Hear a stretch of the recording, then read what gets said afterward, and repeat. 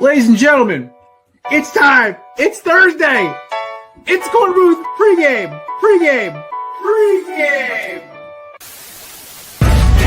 No debate, cause it's off.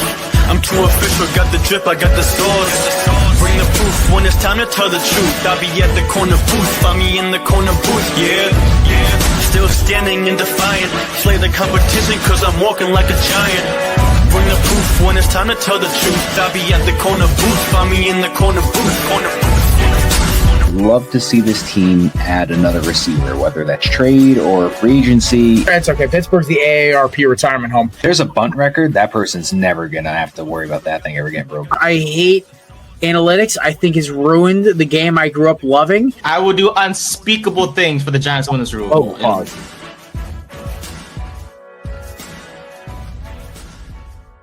Ladies and gentlemen, welcome back to the Korner Booth Podcast. It's been a minute.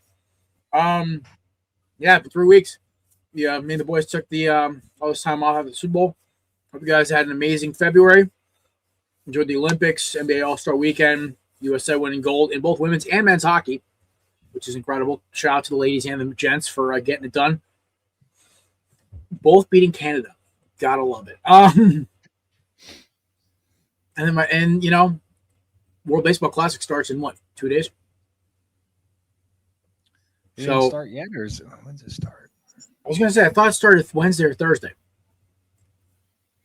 I thought I was watching clips of countries or I don't know. I could have been old. I don't want. Oh my gosh, my MLB app every now and then it's just like, hey, go pick everything as if you just joined this app, even though I've had it for years. Also, shout out to we left off. We were worried about ESPN and jacking up rates for out-of-market games. Shout out to MLB.TV for only charging me $100 though. Gotta love it. Few perks of being on Diamondbacks. One of them. Looks like tomorrow. I would assume this is when the World Baseball Classic starts. So tomorrow at 1:00, Yankees in Panama, Pirates in Colombia, Netherlands Orioles, Canada Blue Jays, Israel Marlins, Nicaragua Mets, Brazil Athletics. I think those are the tune-up. USA versus Giants, Italy and Cubs, Cuba Royals, Great Britain Brewers, Mexico Diamondbacks. All right.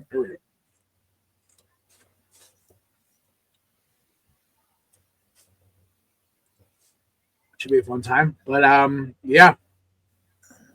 Kind of sucks the Diamondbacks for Team USA this year, but, what are you going to do? Corbin Carroll busted his hand. He should be good. Should be good by spring training, but I always get a kick out of it when you got players playing for countries they have no affiliation with. Like I think Raldis Chapman, who's Cuban, is playing for Great Britain. Austin Wells is playing for the Dominican. Whatever works. Well, Austin Wells' mom is Dominican. Oh, that's what it was. He's like Zach Britton, I think it is. Zach Britton is also Dominican.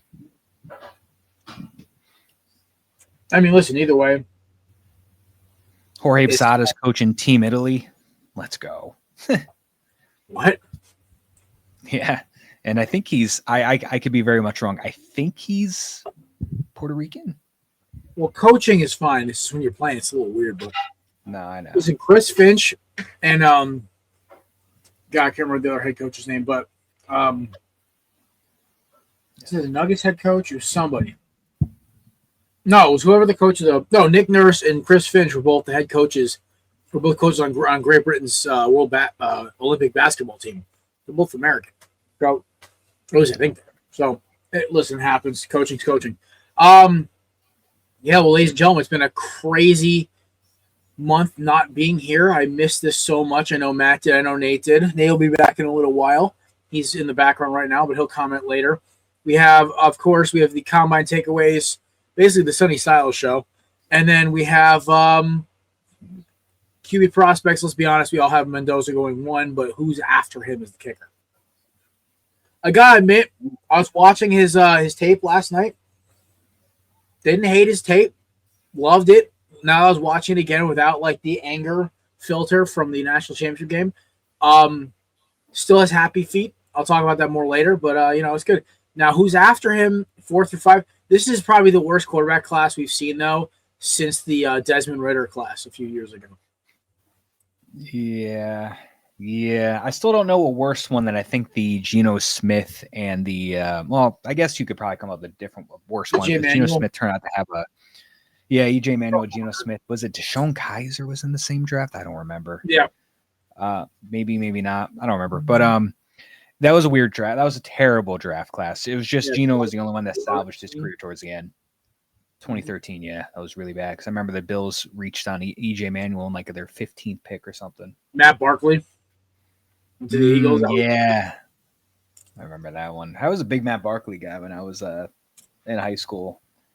That was it just didn't work out. I was also on a USC high because Mark Sanchez, so I was like, let's just get another one, and that was like, no, let's not do that ever again. The franchise rolling in. Looks like Dallas Goedert is going to be a free agent. Him and the Eagles are agreed to part ways. He's asking for too much money. He's turned 30 years old, and I guarantee Philadelphia's going to go tight end first or second round. So, I was actually talking to our boy Chris from the Korner Booth. He said he's a fan of the Oregon tight end, Sadiq. Mm-hmm. He's a freak. He would like. He's one of my winners from the combine. We can talk about the combine now. Sadiq I was going to say when you're my winners. Like holy cow! Before we got on the combine, when you're mentioning tight ends, I stuck by this. I would love to see David Njoku in Philly. I think that would be amazing. I mean, for like a 1-year rental, I'm good with it. But he's a free agent, I believe, right now. He posted he's leaving. He's not coming back. You know what's really weird? Like, I would love to have Njoku. Everyone knows my ties to David Njoku. One, him and my mom from the same town. He went to my college. He was the first. Like, I became a Miami fan his final year at Miami. So like I got to see him play, and I've always drafted him whenever I needed a tight end over like other guys. Maybe it's why I only have 2 titles in the last 7 years in fantasy. But he's a very, very talented player. The Browns hit gold, Harold Phantom, and unfortunately can't pay both tight ends. So we'll probably go see if they can get a blocking guy as number 2. So, I mean. It's crazy to me, right? So we're talking about the combine right now. And by the way, my producer Nate's here. Hi, Nate. Hi guys, how you doing? Good to see you both. We're changing the background as we speak here. Okay. Oh, never mind. It's all right. We'll work on the graphics a little bit. It's all right. Early season jitters is fine. Nate, I tell him, hey, just tweak it a little bit just so it's updated for season 15. Nate goes with a whole new format. Looks great. I love it because the kid has no stop switch, which is amazing. But like we can talk about like just the combine performance. Like I love how Nussmeier and Carson Beck, basically my entire top 5 behind Mendoza, rose. Adler, Klubnik fell, which I've been telling you guys for years. Kate Klubnik's terrible. Mason saw him play live and he said, "Dude, this kid's bad." So that was kind of predictable. I'm really proud of Carson Beck. He came out there, he threw it, he looked lights out, ran a decent 40 time. Let's be honest, the 2 Notre Dame backs won for running backs. It was no question. Jeremiah Love looks like a freak. His backup Price looks just as good, looks pretty comparable. And the other kid was the other dude was the kid out of Arkansas. I can't remember. I think it was Johnson Jr. or Sims Jr. Whatever the kid's name is. Phenomenal player. Washington Jr. out of Arkansas. He ran a stupid good 40 time at 4.33. I think he's going to be a good fit in Arizona, maybe New Orleans, Minnesota. A team that needs a home run hitter in the backfield. You know what's so funny though, and I'll break down some other guys I love in a minute. I've seen so many takes about, this guy's taking his draft stock. This guy's taking his draft stock. I really hope it's not true. I really hope because they're talking about the kid out of Lemon, the kid out of Ohio USC tanking his draft stock. They said that Carnell Tate ran a slower 40 time. I don't understand it completely. I'll take it with a grain of salt. Oh, hi Nate. Hello. Hi. Finally. So what is your guys' take on these guys tanking their draft stocks allegedly? What do you guys think about it? Listen, like my boy Rueben Bain had a horrible combine allegedly, but I know he's going to be a great player. And listen, he falls to us at 26. I'll be like, Howie, go get him. Replace Brandon Graham. That would be very Philly-like for that to happen too, which would be absolutely insane. I don't know. The Mekhi Lemon thing was weird. He had a really weird press conference. Maybe he's just a weird guy. I don't know. But he, I don't know. I saw stuff where they were like, go 3/4 of your speed, and he was going a quarter speed. I don't really know if there's a specific team or teams he's looking for that are all picking at the back end that he's trying to maybe slip and fall towards. I think it might have been Ty Simpson that said something about either somebody from a team or maybe a fan of a team was like, man, you should get arrested. So you slip in the draft so we could take it. But it could be one of those things where he's trying to, I feel like I highly doubt that anybody's trying to purposely tank their stock. I'm going to just go with maybe they're just weird guys, just a weird dude and nobody knows it yet. Just only him and his teammates that are familiar with him. I don't know. I can't imagine wanting to get picked later in a draft. And then, because the further back you get picked, that affects your salary. I would want the most money I could possibly get. This is a different breed of these guys now because remember, they aren't coming out of college dirt poor, or at least have to look at. They're getting NIL money, a lot of these guys. So these guys who are highly paid players in college, they just want to win. So I could see a scenario where some of them actually like, hey, let's tank our draft stock because we don't want to have like this become an issue. But at the same time, it's integrity of the entire underwear Olympics here. So I don't know. This is a weird story, but like they were talking about Lemon and then they talked about Colonel Tate. And I didn't think that NIL is a big thing now. Yep.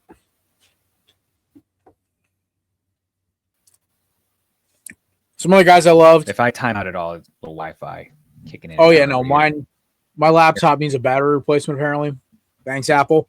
A couple guys I love though: Zachariah Branch, Jacoby Lane, teammate of what's the Looney Tune we were just talking about?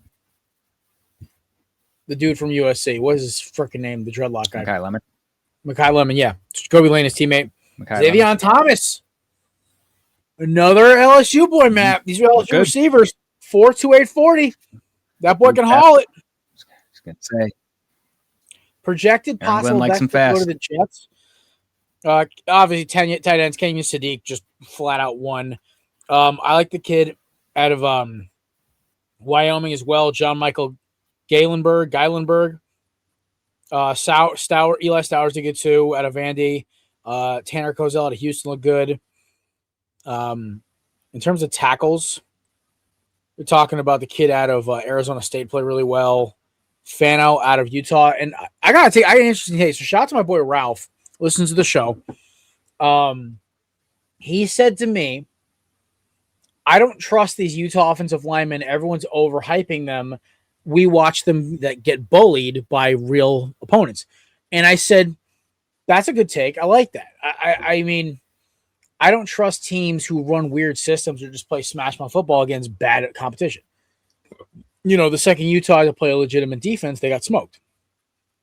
So it's kind of interesting to see where they're going to go from here. I love how like they're kind of putting certain players in a box. Like I thought my boy out of Miami would get some love, Francis Mauigoa, but of course, that didn't happen.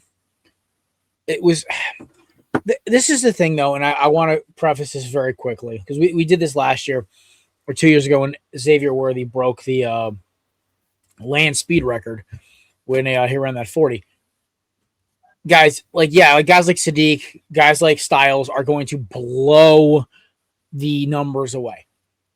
So did Isaiah Simmons. Okay, like we have to be realistic here. Game tape doesn't mean jack. LaShawn McCoy ran the 40 time with the flu and ran a 4.5, one of the faster running backs in the league when he played.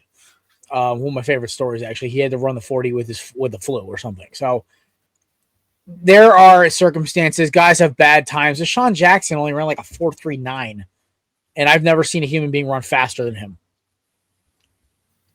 in a game. Maybe Tyreek Hill. So there's something for game speed versus like what's it called? Like underwear Olympic speed. But you know what? Listen, shout out to these guys who did it. It looks great. The combine is still the combine. I'm not really like yeah, the guys are freak athletes. It's okay, but like now we go look at their tape. We mix it in with the combine. And now we say, okay, how do they compare? That's what I want to see. I don't really care, but like you could run like the best numbers of all time for your position ever. Shout out to Sonny Styles. But if you're not a good player on tape, I don't want to draft you. And that's no disrespect to Sonny Styles because he played great. I'm just saying, like, there's a certain amount of like players where I'm like, you know what? Do you think it's definitely? Do you think definitely Reese over Styles? I think somebody's going to pull the trigger on the top 10 with him. His tape looks okay. I have to watch more of it. Nate's got something to say. Nate, what do you think? Your Giants are going to take him? Yes. You say the Jets are going to take him? No, I said yes. Like yes, as in yes. Oh, okay. I see. If I'm the Giants, I want Caleb Downs. I don't want anybody else. I love him, but then again, like where there are rumors. By the way, I'm intentionally off camera. By the way, or not showing my face on screen. But it is reported that we are cutting Okereke to save like $9 million. McFadden, our other linebacker, is a free agent as well. Okay. So we will likely target Styles if anything, unless we target going in free agency. So we shall see. But I will love Styles for sure. After what we saw this past weekend, they're also saying I think the Giants aren't looking to bring back Cordell Flott. So you're also just to add to some of the secondary issues. I think right now you just got Paulson and Debo is probably the most, reliable guy that you got back there. Flott was good. Flott was really good. He's going to have a really good free agency. So I think Caleb Downs makes the absolute most sense. But obviously, because there's some veteran linebackers out there. DeMario Davis is out there. He's an older guy, but he still can play. Yeah. Plus, I think the argument, against Downs, which I hate to say it, was, but the argument against him is that we do have two safeties already, in Rueben going to his third year, and then we have who's the other one? Why am I blanking? Holy crap!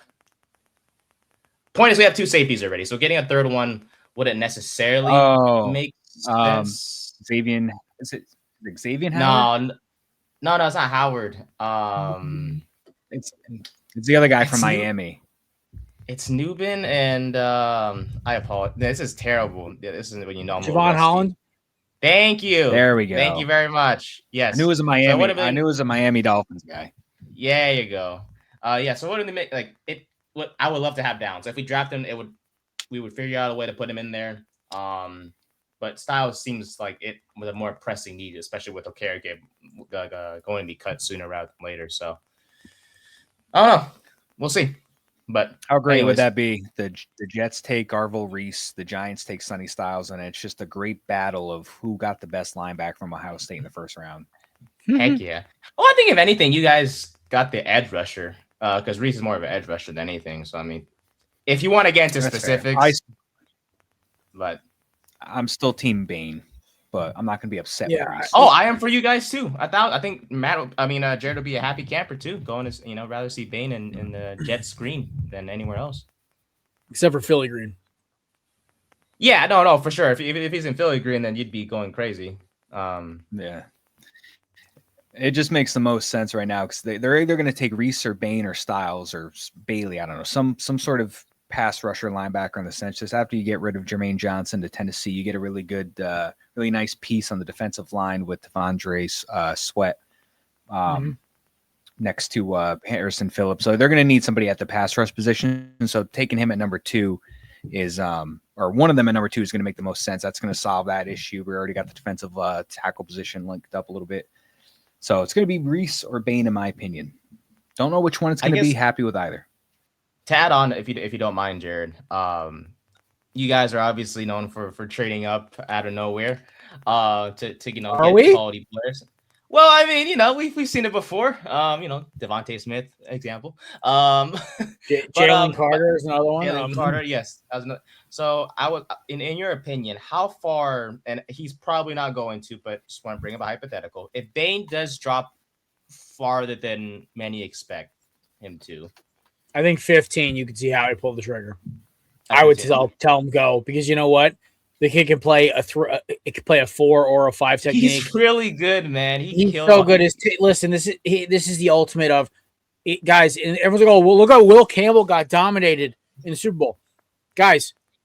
D tackle and O tackle, D line and O line are very different in the use of hands and everything else. A defensive lineman doesn't need his arms to be stupid long. I don't care if his arm, he's like Slenderman with his arm right here. If he can't brush the passer, nobody cares. There's something to be said about motor. And my biggest thing is, you know who my comp is for Rueben Bain? He's Brandon Graham's body with Max Crosby's motor. The guy's insane. Watching Rueben Bain rush he destroyed everyone he went against this year. And you have some guys who are in the draft who he tanked during Miami's title run. So I'm sitting here. I think honestly the arm thing, they're like teams are trying to tank his stock because they think Rueben Bain's perfect value is somewhere between 10 and 15, because if he hits, they look like geniuses. If he doesn't, oh, whatever, it's a mid-first round defensive lineman miss. But I think honestly, like we just watched it, like the kid from Auburn had a worse combine than he did. And the Auburn kids got longer arms.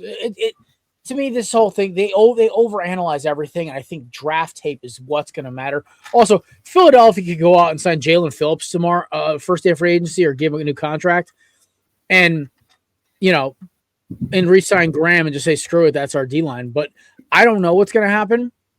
In reality, I think Bain's best fit is the Jets. I obviously I'd love him in Philly, but he'd be in a 5-man rotation. At the end of the day, when it comes to Bain, and this goes for the total of the Underwear Olympics. The overanalyzation of everything. I think somebody was talking about Bain had like 35 plus sacks in high school. I know it's a high school stat, but like what the hell? Like that's just insane. That's like Derrick Henry's rushing record. There's something to be said about on-field performance. Dude was getting double teamed almost every play at Miami. That's why Mesidor's draft stock ran so much, because he was running the other one. They got Lightfoot and the other kid come up next year. If I'm a team, I'm like, I'll take a guy who literally is going to walk in game one and try to mess somebody's grill up off the line of scrimmage. But whatever. I'm done talking about the Underwear Olympics. Like everyone who participated, congratulations. Team guy, if guys are trying to tank your stock, I hope you go to the Browns. Or the Raiders. Ew, Mekhi Levin on the Browns? Oh, that poor soul. Hey, listen, he did it to himself. All right. Yeah, true. We're talking QB rankings. The Korner Booth Big Board Special Previews is back. We're doing this nonstop every week until the draft. Today, we're doing exclusively quarterbacks just to get our feet wet.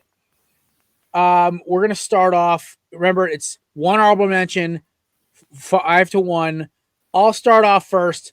I'm going to make my honorable mention really quick because I'm honestly not a fan of this guy's game. I thought he tanked his draft stock more than anybody this year. Well, his entire team imploded, but it's Drew Adler. Dude's a freak athlete, arm strength, mobility, everything else.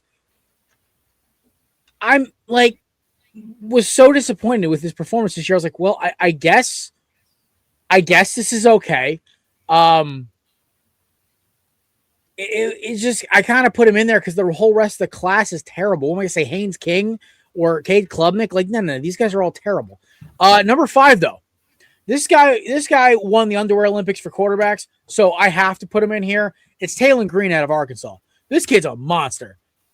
Over 6'3", 4.35 speed, has a cannon, and you see flashes on the tape. He has the arm strength. He's totally a project quarterback. Like, this is a guy you draft in the 4th or 5th round, and you just let him work behind somebody like a Lamar Jackson, like a Jalen Hurts, like or a Herbert. Give him some, and then you trade him for trade value bait like Joe Milton to the Cowboys. Or you get lucky and the kid's game ready in 2 or 3 weeks, in 2 seasons like Philly got with Hurts. I don't know where this kid's going. I love his tape, though. He's exciting. He's fun. He's an athletic freak. Kind of reminds me of Anthony Richardson, but more polished. and less undisciplined. So I'll give Taylor Green number 5. Number 4, Maddie's boy, Garrett Nussmeier. He was 5 on my board going into the combine. Dude jumped 2 spots. Why? He's got a cannon. He's surprisingly athletic for his size. And I swear to God, he was hurt more by Brian Kelly's ineptitude than he actually was his own play. I think Nussmeier's a gamer. I think he kind of reminds me a little bit, maybe it's the LSU comparison, but Zach Mettenberger a little bit, where he's just got a little bit extra. I'm telling you right now, like, this dude can ball. I don't know if he's going to be a great starter, but listen, he might be a 9 or 10 win team starter at his peak, and he might be just a solid starter for a couple of years. You don't know. Or he could be next Brock Purdy. All I'm saying is the kid's got a lot of upside, and that's why I'm putting him at 4. 3, it's my boy Carson Beck. Wow, that's a weird sentence. Dude came out and threw great during the combine. The accuracy, the timing, everything was there. Showed a lot of flashes of leadership and mobility in the playoff. Honestly, he won Miami 2 of those games with his drives, and basically, if that throw was about 4 inches higher, probably would have won them the national championship. So I'd say 4 feet higher, but anyway, I think there's something to be said about his game tape from after the SMU loss to when he played against Indiana, because that Carson Beck is what we thought we were going to get, and he was exceptional. So I think Carson Beck's game tape is what stands out the most to me, and his accuracy in the combine. The other notes I put, 1, he's your pure pocket passer with a touch and mobility. The touch is there. The accuracy for intermediate to deep throws there. Sometimes can leave a deep ball hanging. Seen a couple times with Malachi Tony where Tony's literally sitting there for the ball to come down, or he overthrows it. That can be taught. But I'm telling you, Beck right now, I think has out of the ones not named Mendoza, I think he has the best percentage of winning right away, because Beck can run an offense where, hey, I only have to throw 15, 20 times a game. Let's hand the ball off and we'll work our way down the field. Ty Simpson is my number 2. I like Ty Simpson. I think he's a better version of, he's kind of in that same course as Mendoza. He's like kind of a hybrid between Mendoza and Beck. Like, there is some mobility. He does have a decent decent arm. I would have liked better numbers at Alabama, but then again, they need to run the ball to win games a lot. I didn't like his performance in the playoffs. I thought he kind of survived again in their first game against who the hell did Alabama beat? Oklahoma. And then against Indiana. I mean, then again, Indiana was world beaters. The only team that gave him a real fight was Miami. So you know what? I'll say this. Like, I think Simpson's very good. He is my cautionary tale, though. He's my Zach Wilson, like, alarms are going off in my head. Like, this kid might not be this. He's the one with all the, I'm like, I'm not sold. The tape's not that impressive. Where it's like, at least with like Beck and Nussmeier, they went out and won games, where Simpson, like, it was kind of like, okay. All right. I think he's a good long-term project. Maybe send him to a team like the Rams, where he can sit behind Stafford for another year or 2 and then come in. I think that's a good idea. Number 1's Mendoza. Listen, let's not overcook this goose here. He may be a dork. He may be like AI, created by AI or something, like a synth, like in Fallout. Just jokes. The kid can throw the ball. Intermediate to short routes, he's lights out. Deep ball is improving every single week. He's a gamer. I watched this kid almost take Miami out against Cam Ward, and his defense failed him. When he was at Cal, I saw this kid basically make every throw he had to. He gets happy feet. That is the one thing I don't like. He hits the drop, and if that first or second option ain't there, he's off, or usually his first, takes off like a rocket. He's not that athletic. I think he's going to get caught from behind a lot. Kind of a little more like of a Baker Mayfield meets Aaron Rodgers in terms of mobility. I think you'll see that in the NFL once like all the freak athletes start chasing him. I love everything about this kid, though, intangibles wise. I think you can't say that enough. Like, I brought up Beck's leadership and how like Miami kind of rallied around him, and he kind of became like the focal point of that offense and kind of got them. I think Mendoza's even more of that. where it's like, I see this kid as a leader. I see him as a culture changer. I think him to the Raiders at 1 is honestly the best thing that's happened to them since Rich Gannon signing with them back in like 1990 something, whatever.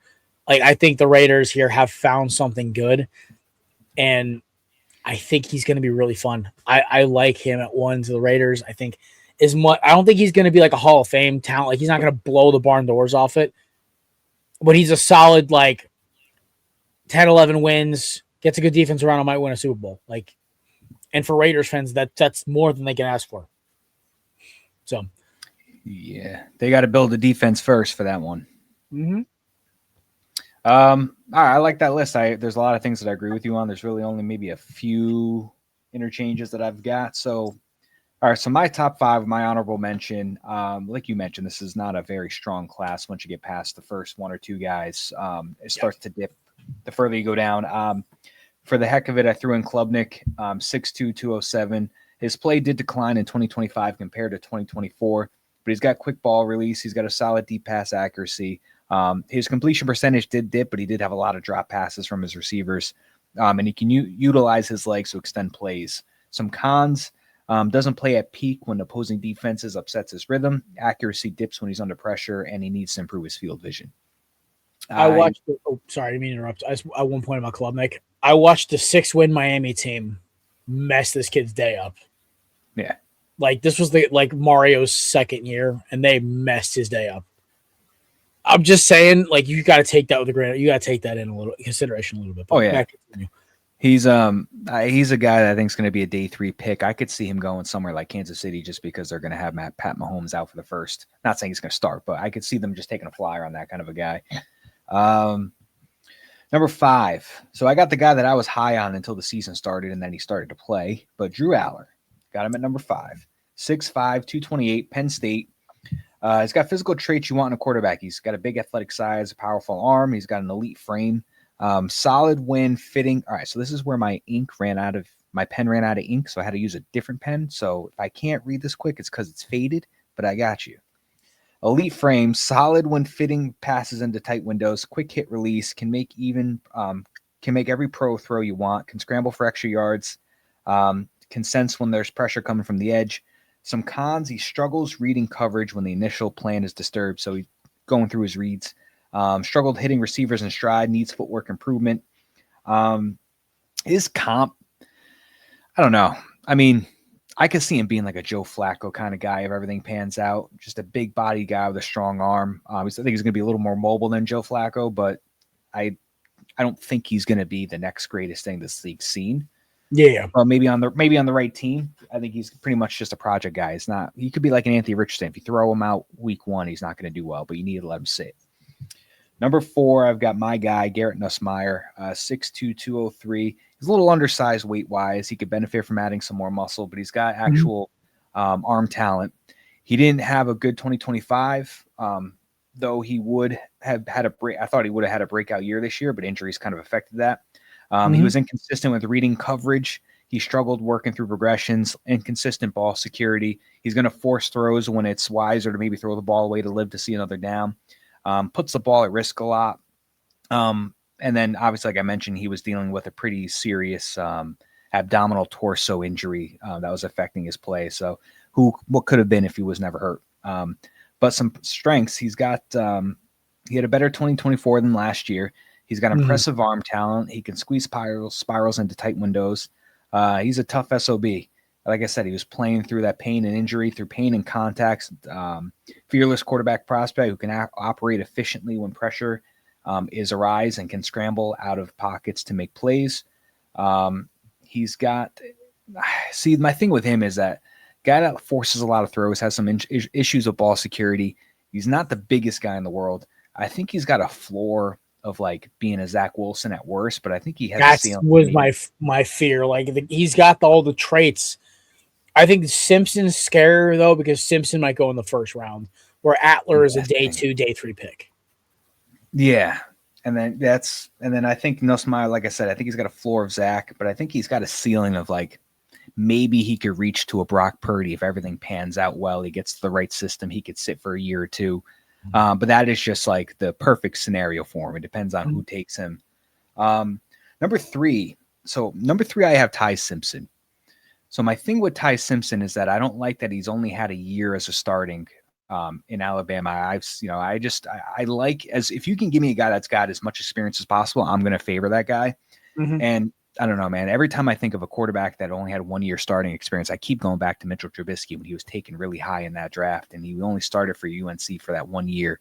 Not saying obviously every quarterback is going to turn out like that, but I always just think back to that draft because I remember thinking, why did the Chicago trade up to the 2 pick just to take that guy? But so he's 6'1", 211.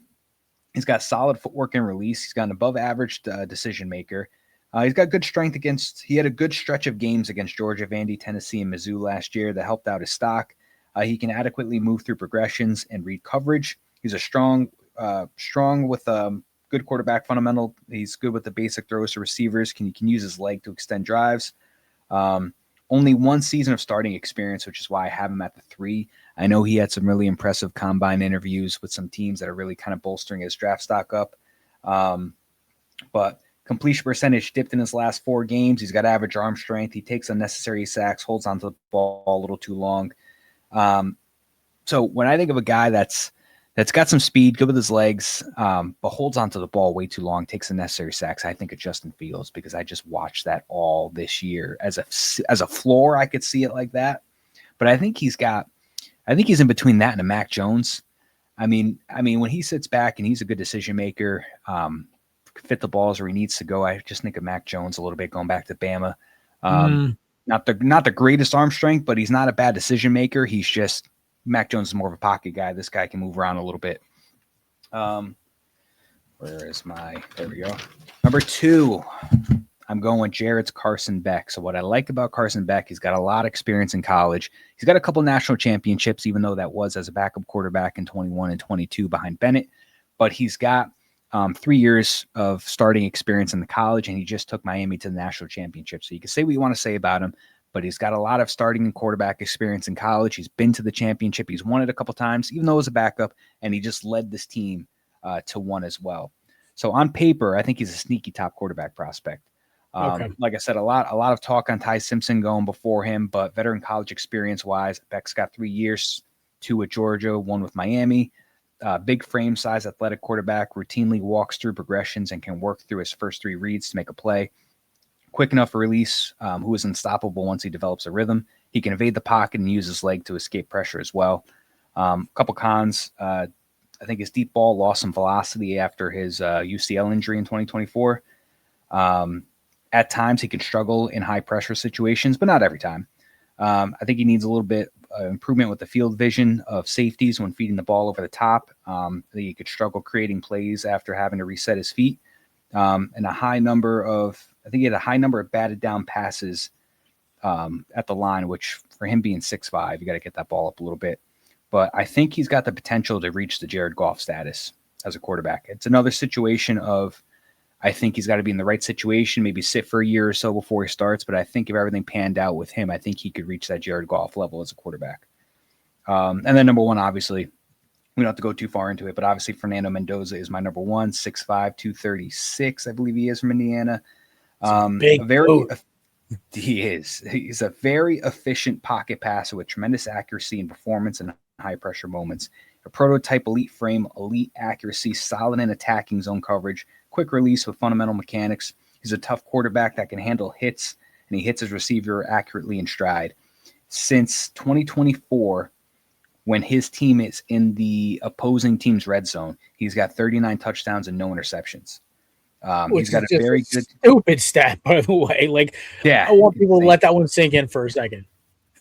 Yeah, holy 2 years in college football, back-to-back years, 39 touchdowns, no interceptions in the red zone. Also, Matthew, let this sink in for a second. Who do you play for last year? By the way, not that loaded Indiana team. Cal, Nate's Cal team, which their best weapon was a running back who tanked his own draft stock this year for his play. Damn right. Yeah, Nate, can you even name your single receiver on that roster from last year? Jacob De Jesus. There you go. He was all right. He was actually really good. I'm not capping. Once I read that stat, I was like, yeah, there's no way the Jets are going to swap picks with Vegas. They're taking him 100%. So, and then like last year, he had a lot of really good contested catches just from his playmakers being able to make those plays. Some cons, I think he's got some below average pocket mobility.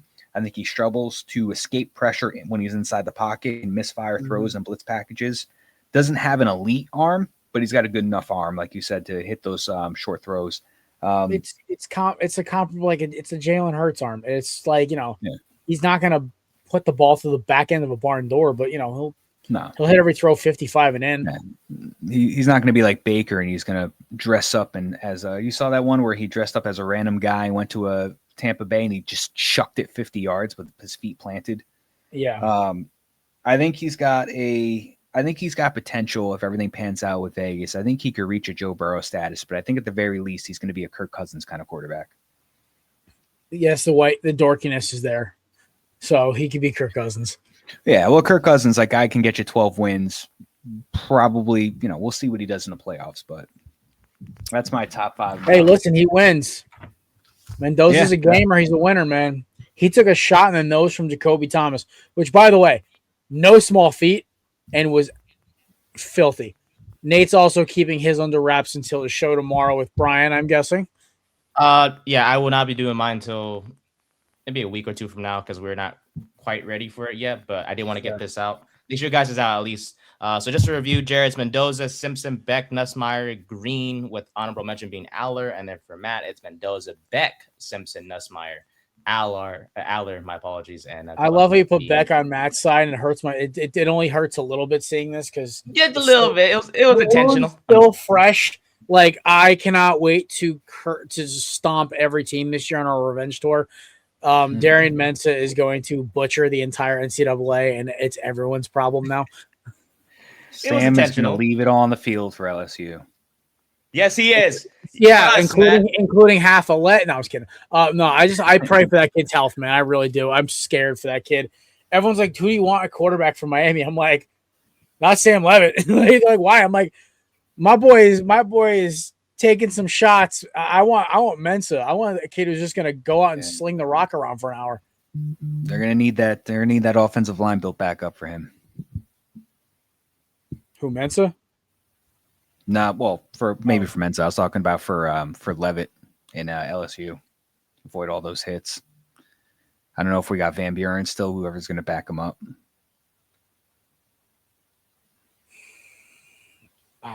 We'll find out. All right, Van Buren. I hope he's on the team still. He was trash. I typed in Martin Van Buren. What's his name? I typed in the president, Michael Van Buren. He typed in the president. He's sadly on the team still. Oh, he left. Nice. You want to guess where he went? Cal. South Florida. No, of course not. We don't need him. Go Bulls. Chicago. Oh, no, but he will probably not. Yeah, he's not going to start over there, right? Oh, I mean, I don't know who. I don't think he's going to be in my. I don't think he's going to be in my 2027 honorable mentions. I don't think he'll be for any of us. But great start to the rankings, fellas. Yeah. Next week will be running backs, obviously. Yes, and punters to end when we finish everything, right? Oh man, that means wide receivers is on my birthday show this year. That's sweet. Oh, by the way, folks, so March 16th we will not be doing a show.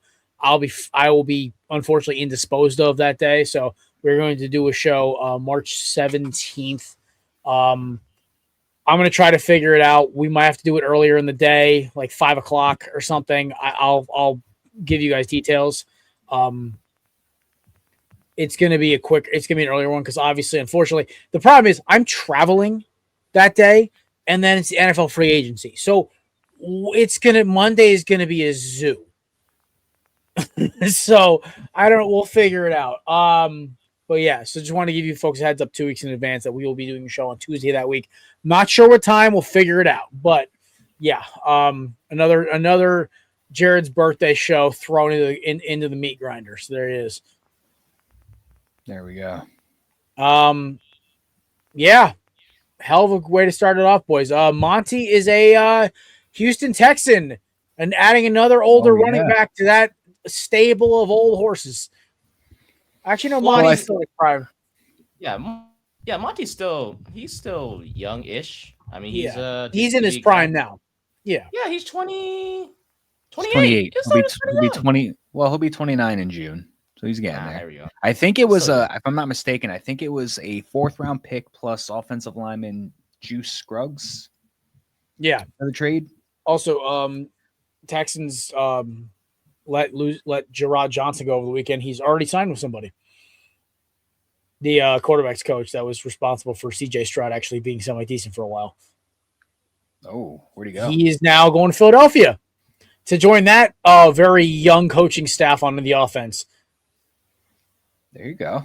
I think Howie Roseman and Jeff Lurie is like, enough of this. Like, it sucks losing Stoutland. One, he's a Southern Connecticut owl like me and Matt are, and he's a Connecticut guy. It's just at the same time, it's like that coaching staff they needed to restart everything on offense. Like, why is AJ Brown running curl routes every other play? Yes, I know he can run it, but it's like you're underutilizing a top 5 talent wide receiver. Also, Kevin Matula leaking things to the media all season allegedly makes my blood. Oh man, I can't wait for him to ruin Miami. Oh, I can't wait.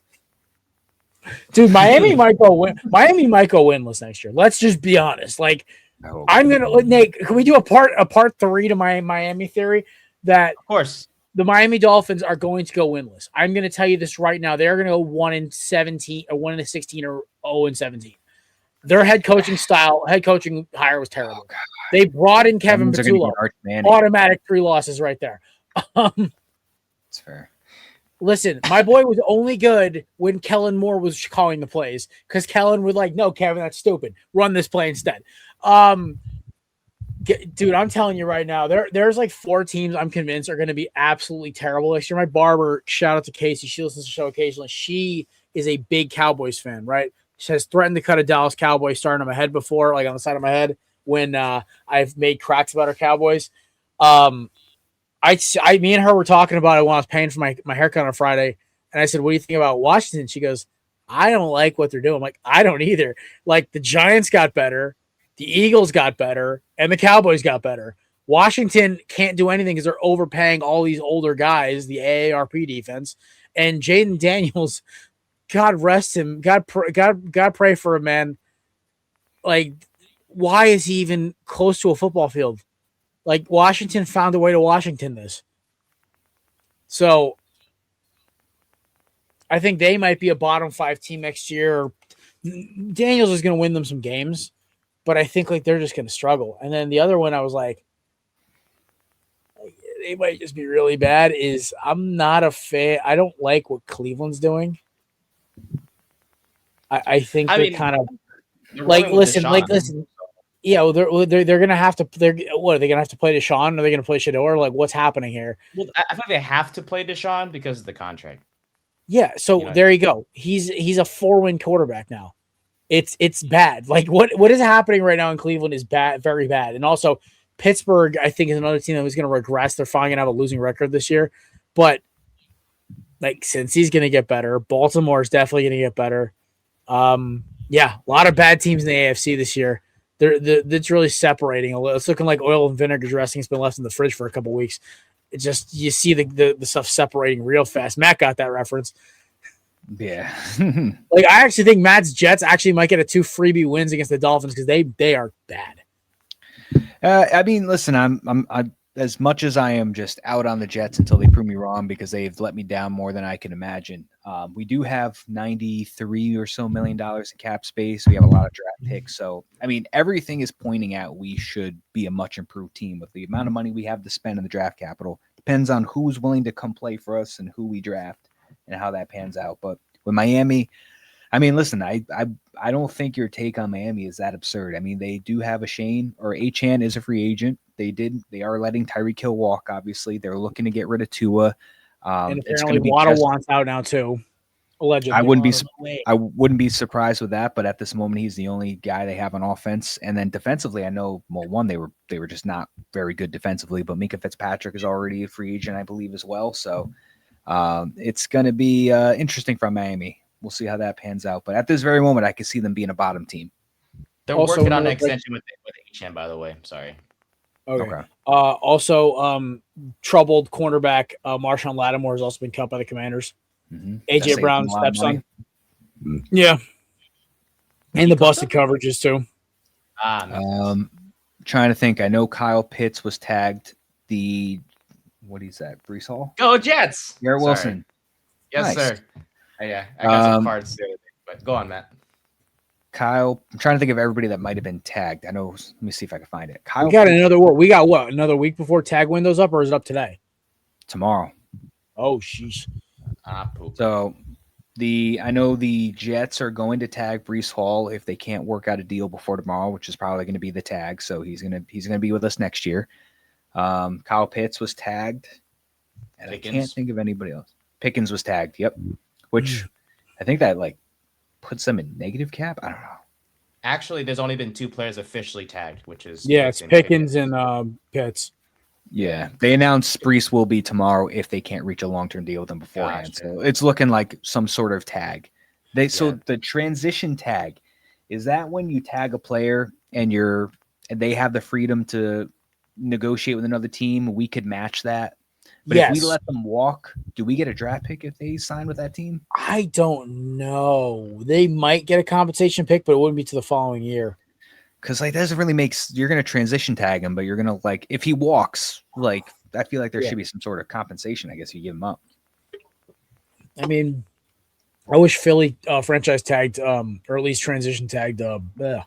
Honestly, no, we should just throw money at Isaiah Rodgers, but here nor there. The Eagles 25 campaign was doomed from the start. Allegedly, good news. Lane Johnson's coming back. I didn't bring that up. Landon Dickerson's coming back. Good. And Cam Jurgens went and got stem cell stuff done in Colombia. So our offensive line might not be terrible. Nice. Yeah. I don't know. I was gonna say something about our linemen, but that's TBD, honestly, because the whole team's gonna get changed. So no, because apparently Harbaugh's gonna blow the whole team up. So not. I'm also way more optimistic about the MLB negotiations for the collective bargaining because Tony Clark, who cannot keep it in his pants or cannot not be inappropriate or whatever the hell he did, is out. He's the biggest jackass of them all. And their new guy apparently is hell bent on getting a deal done. So we might not lose baseball next year. So the Dodgers completely didn't ruin it.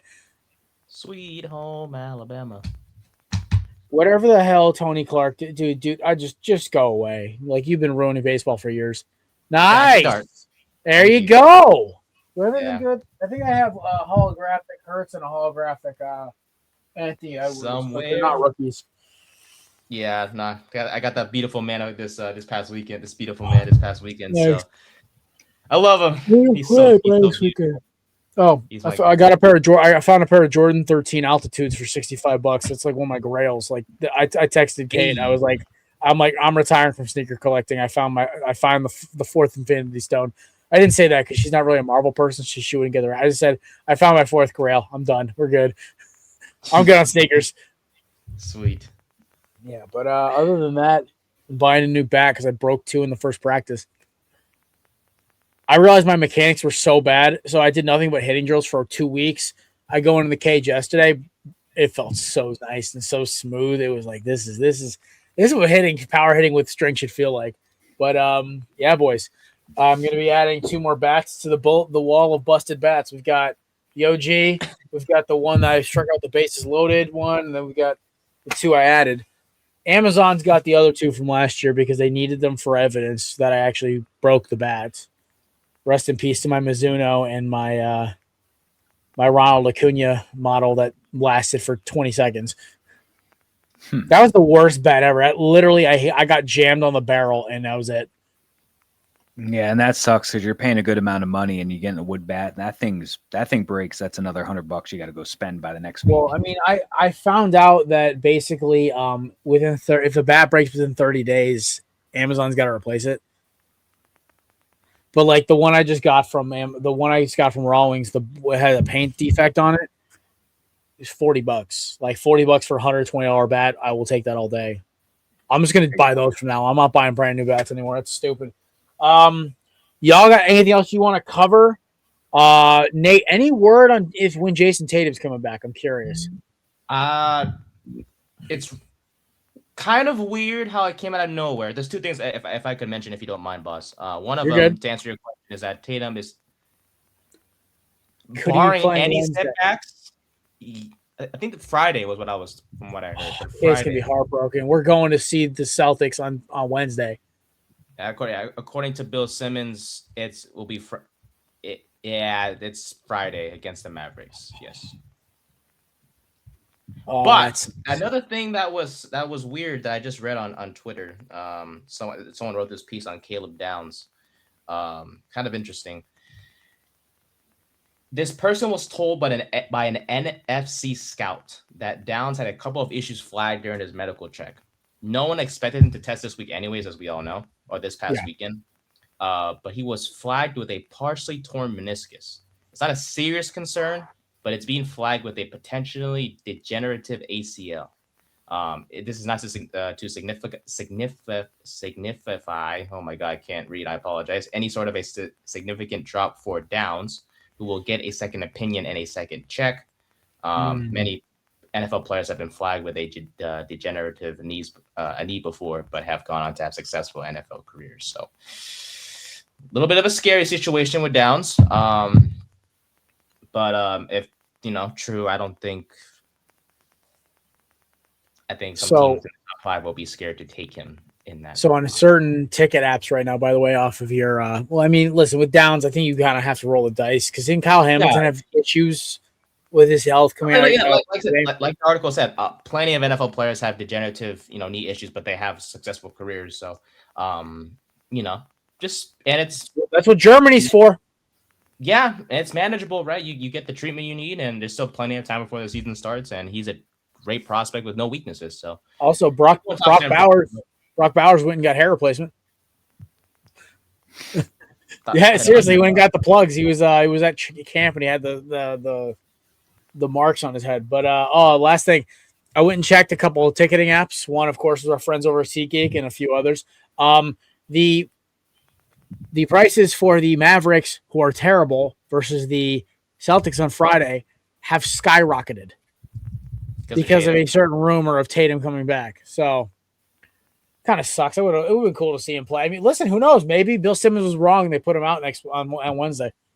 Well, then again, Cooper Flag's out for tomorrow, but he could be back Friday. So maybe Flag versus Tatum. It makes sense for this Friday. Yeah. Hey, let's hoping for a lot of good things that Tatum comes back Wednesday and Bill Simmons, because obviously Bill Simmons being wrong just makes me happy. So. Chelsea Wolves, by the way, great win the other night against the Nuggets. Dude. Yeah. Thank you, Anthony Edwards. I love you very much. Sorry. I texted the lady. I'm like, your Celtics won. And she goes, yeah, your Celtics are on later. She goes, yeah, I know. 8:30. I'm like, yeah, I know. I'll watch. And I'm like, my Wolves getting killed by the Nuggets right now. And then I stopped looking for like an hour. I checked back in. I think Nate texted. You called me, Nate. And I'm like, wait, they're winning? And I got to turn the game on. I'm like, they're winning. Like, what? So, hell yeah. They're a slow start team. I think Minnesota is they're gonna keep rising up the board for the West.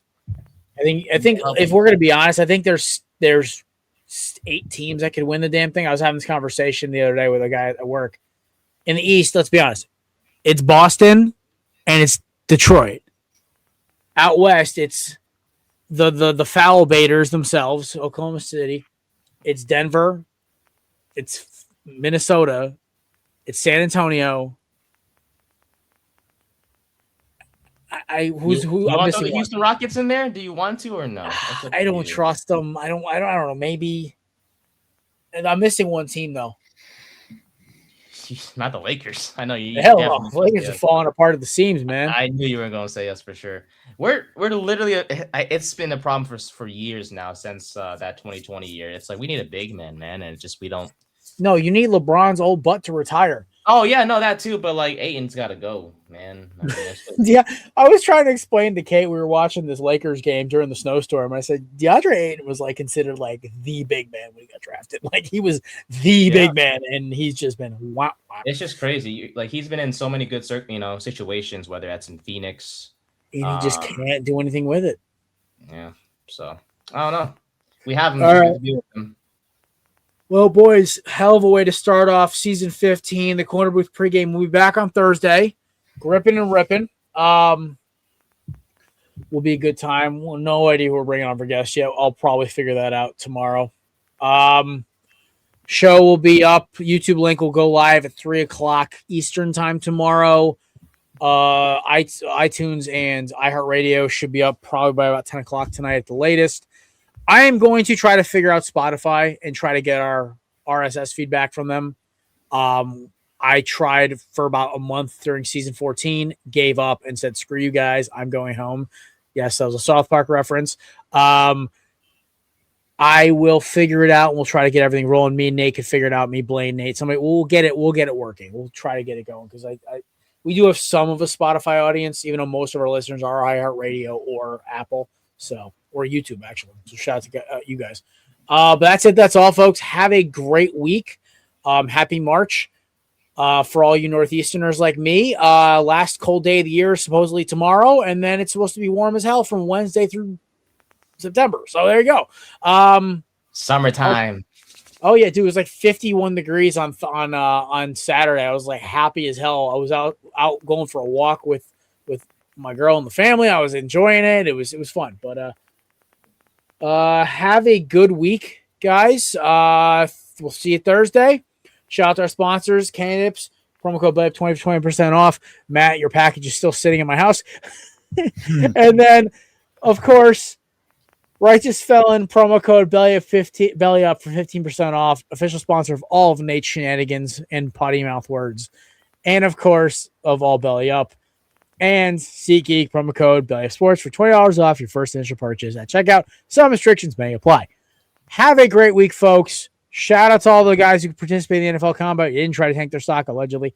We will talk to you guys next week when free agency starts really cooking up. We'll also talk Thursday when rivalry week wraps up. So we got college basketball. Maybe we bring Subs back. We got our UFL preview coming up real fast with our boy Zach Kyleman. And, of course, we'll do a baseball preview. So March is just jam-packed. I don't know how we're going to fit all this in. But, yeah, have a good week. See you soon.